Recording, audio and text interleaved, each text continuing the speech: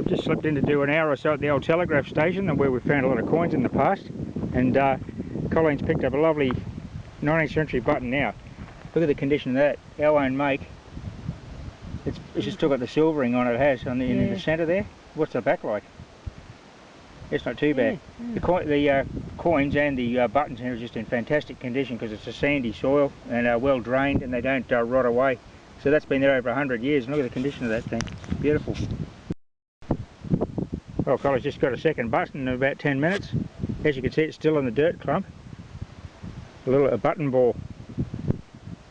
Once again, beautiful condition under there. You can see the definition on it. What was the last one you had? Our own make. Yeah. This is similar anyway. This is definitely a 1800s brass button. What a beauty. As you can see there's a really deep hole behind the target I'm displaying. It's about 7 inches deep, and out of the bottom of it came this beautiful piece of sterling silver. I think it's a ferrule off a crop. It's got a fairly elaborate design, and that is going to be hallmark for sure. It's been squashed obviously, so it was circular originally, around probably a timber or birch or whatever hickory they use for riding crops. I think that's what it may be, but that's definitely sterling silver. That's a beautiful little piece. Look at that.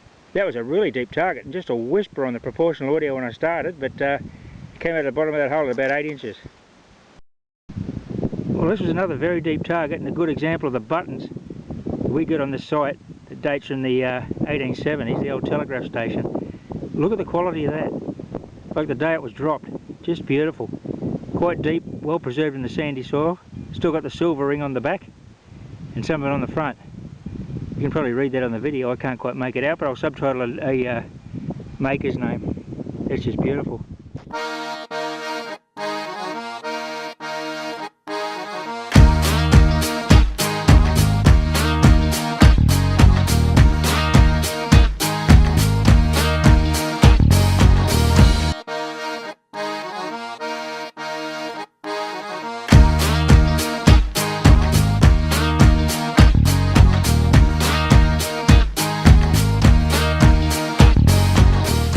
G'day everyone, it's Warren from NQ Explorers.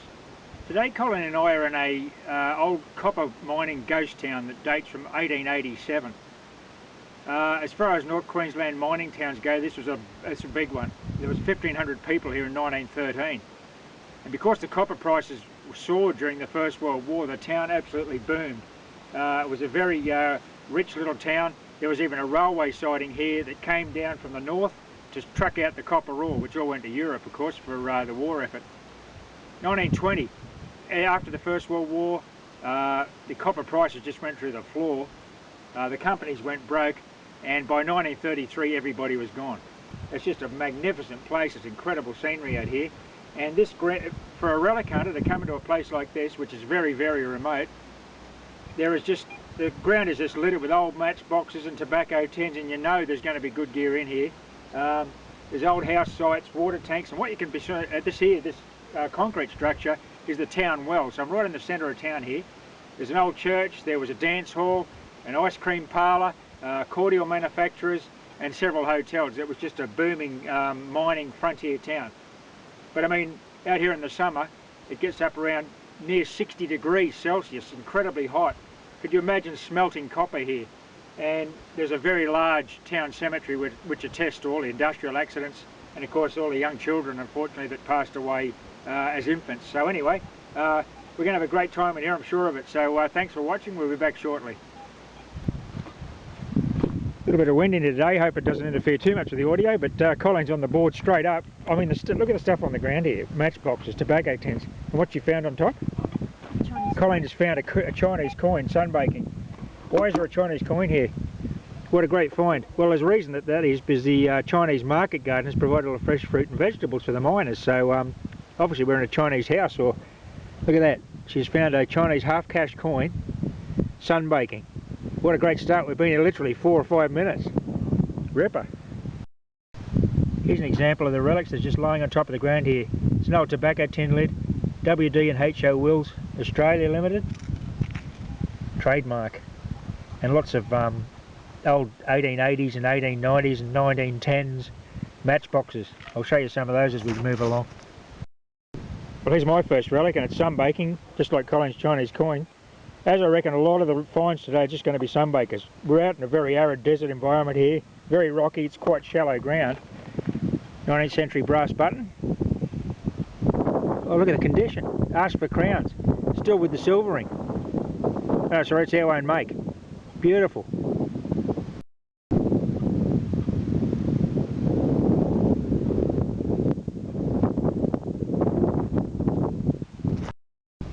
Here's another surface find. I thought it was a doorknob at first, but I don't think it is. It's definitely copper or brass.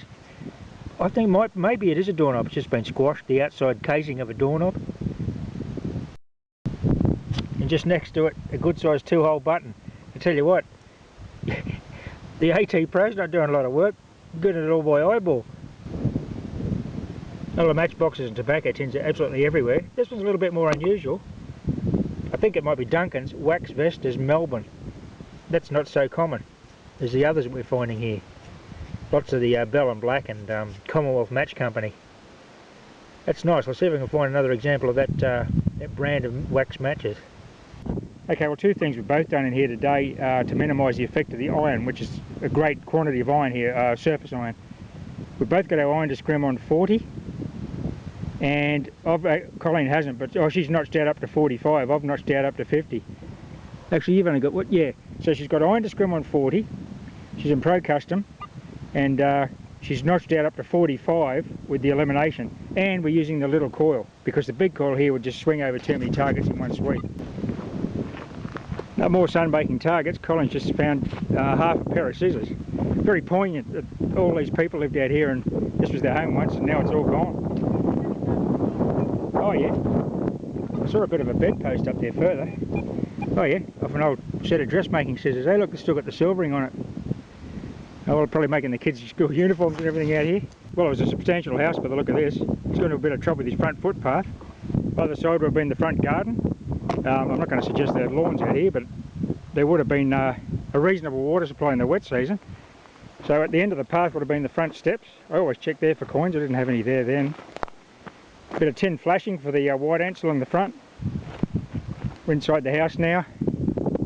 At the back, probably a shed and a bit of a water tank. You can see the remnants of a water tank over there on the left.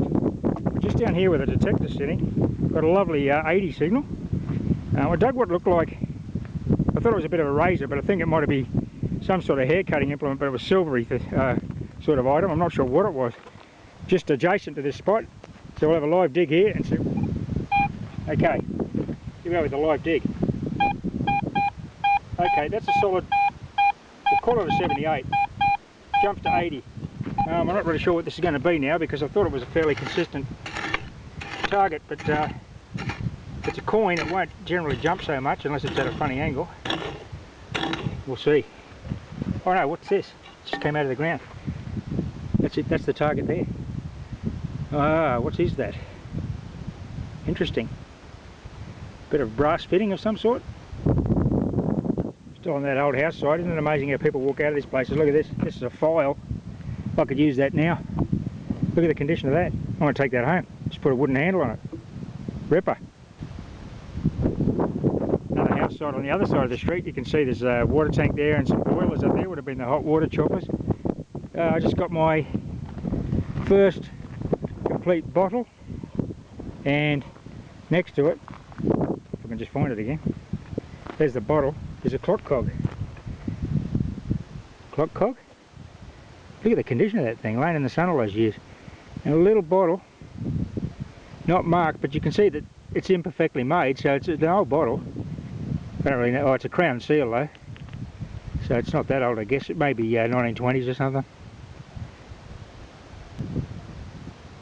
Well, I've since I've discriminated out at everything below 50, anything solid target above 50 I'm digging, so that'll take account of any gold sovereigns I might uncover. I've just got this. Look at that. It's only in the 50s. It's not lead, but it's a little bit of costume jewellery or something. I'm not really sure. Maybe a bit off a ornamental houseware of some sort, but no, it could be a bit of jewellery. Unknown. Here's a find to go with Colleen's scissor part find. Looks like a little set of nail scissors. Look at that. Very delicate. Iron, or steel rather. Oh, they're rusted up now. Well, how's this for a surface find? This shows you how untouched this town is. Look at this massive skeleton key. Wonder what that ever unlocked. Big front door. Look at that. It's in great nick too. What a ripper. Beauty. Here's a huge relic. Sun generator. Cast iron. Oh, she's heavy. The old maker's plate, obviously, of a sun generator. Nice.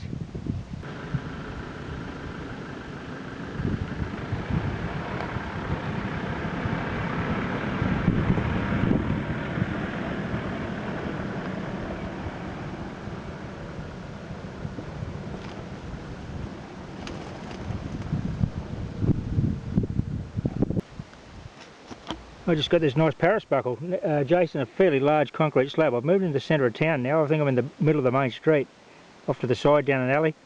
Oh yeah, definitely it's a Paris buckle. It may have a date on it. Patent date, I imagine.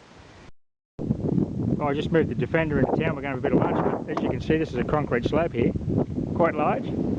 And over the side, more sunbaking targets. In fact, I'm finding more on top of the ground and under it. There's a lovely old, late 19th century tablespoon. Look at that. That will be hallmarked. I'm not going to suggest it's silver. It's probably been electroplate, but what a ripper. Look at that. Just laying in the sun for 100 years. Okay, we're back for lunch now. Colleen and I have been separated for a couple of hours. Let's see what she's got here. This is nice. Boomerang brand matchbox.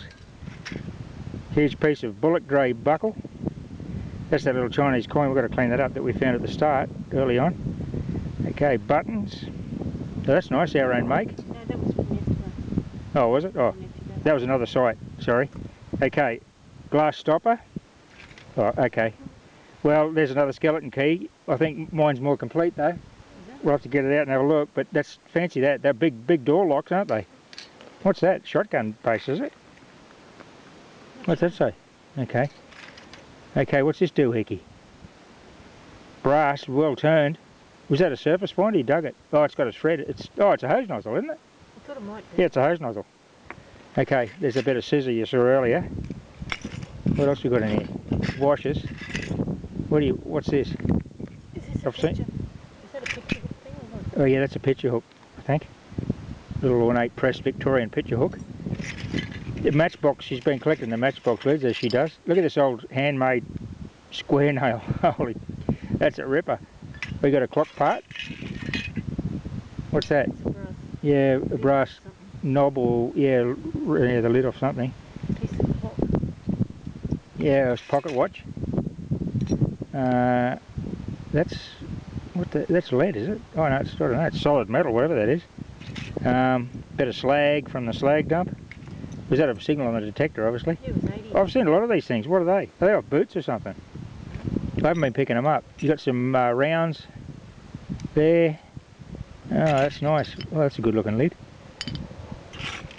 What's that? Off a hair cutting implement or something. That's possibly out of a lamp. Okay, well, it's good. We'll have a bit of lunch and we'll get back in. Look at this old relic. I've just put it up on this slab. I found it just out in the bush. It's branded Hi-Lo, Hy-Lo, New York, USA. Old hurricane lamp. She's a beauty. It's a lovely old relic down here near this water tank base. Over to the right there's a few ironbark stumps. Must have been a little shack here, not a real large building. Down behind the main street I am now. But on the ground here, just next to this water tank base, an old hob iron. The remnants of it. Just here. Oh, we'll dig it out, eh? We'll have a look. Okay. There she goes. Beauty.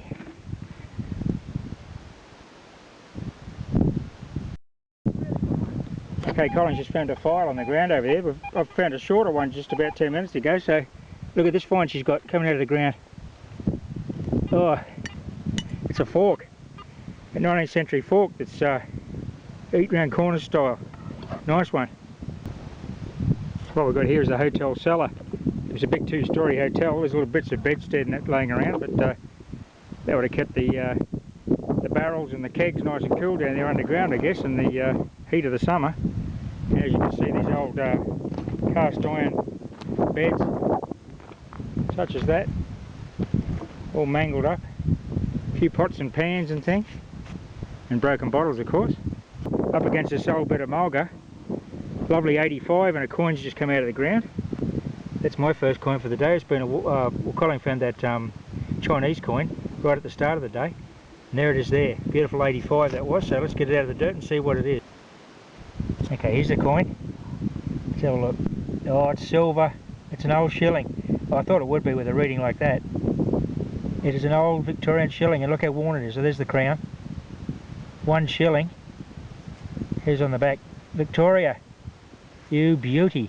And it's not a jubilee, so it'll be earlier than that.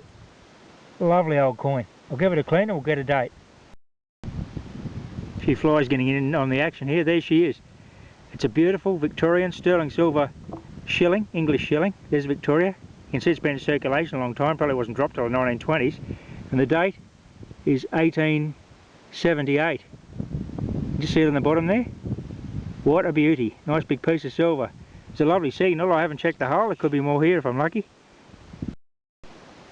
Just around the other side of that little bush from the shilling is a sun-baking Paris buckle all out the front of the pub still. Might spend the next half hour or so up and down in front of the pub here.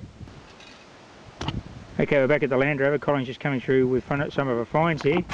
We've got, that's a lamp burner, isn't it? A railway dog spike. There's a railway on here. Hey, that bent fork is hallmark. That could be sterling. It does look to be silver, doesn't it, the way it's tarnished. Quite a lot of a clock. That looks like one of those American is it Elstonia clocks or something? It'll be marked. Big file. I don't know why they throw those away. They're in good nick.